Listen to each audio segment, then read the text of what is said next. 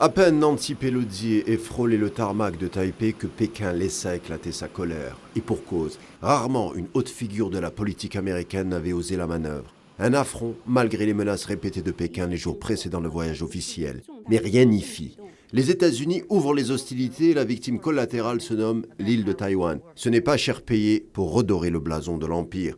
Sun Tzu se fait Yankee pour l'occasion. Et les représailles chinoises le soir même avec la venue de l'élu démocrate ne se sont pas fait attendre, avec des sévères sanctions économiques et des manœuvres militaires autour de l'île d'une grande ampleur. Depuis plusieurs années, tout geste, même indirect, en faveur de l'indépendance de l'île de Taïwan fait sortir Pékin de ses gonds.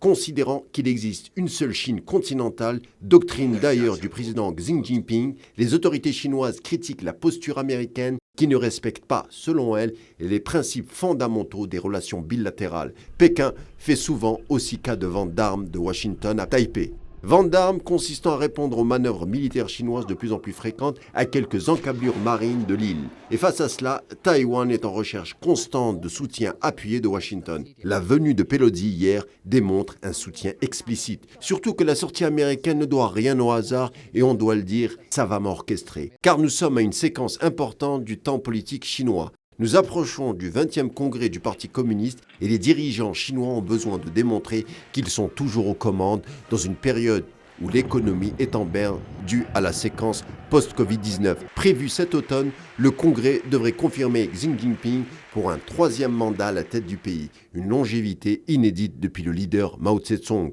La légitimité du système chinois ne repose que sur deux pendants, l'économie et le nationalisme. Taïwan permet de jouer sur le sentiment nationaliste à côté de l'économie grippée et surtout une population épuisée après 2 ans de politique chinoise du zéro Covid.